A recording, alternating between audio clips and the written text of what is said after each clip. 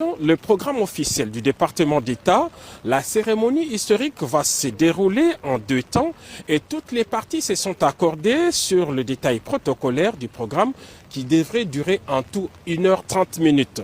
La première étape se déroulera le même jeudi 4 décembre à 11h à la Maison-Blanche. Le président américain Donald Trump va accueillir ses hôtes respectivement à 11h pour le président du Rwanda et 11h10 pour le président de la République démocratique du Congo avant de les convier à une rencontre trilatérale d'une dizaine de minutes dans son bureau ovale de la Maison-Blanche. Les protocoles ne prévoient pas à ce stade de prise de parole des 2 chefs d'État.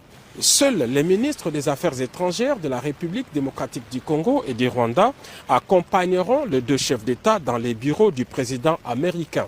La signature de l'accord proprement dit aura lieu à l'USIP, United States Institute of Peace, l'Institut pour la paix des États-Unis d'Amérique.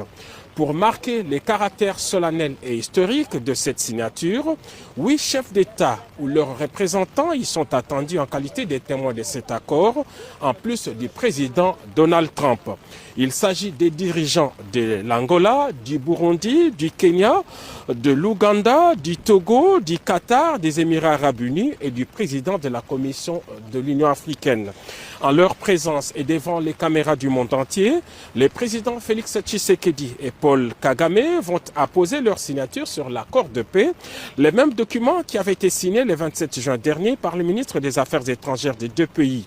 Par cet acte, les 2 chefs d'État entérinent ces documents, qui est un instrument international de paix formel et juridiquement contraignant, conclu entre les 2 États souverains sous les bons offices des États-Unis d'Amérique et en présence des représentants du Qatar et du Togo en qualité de facilitateurs.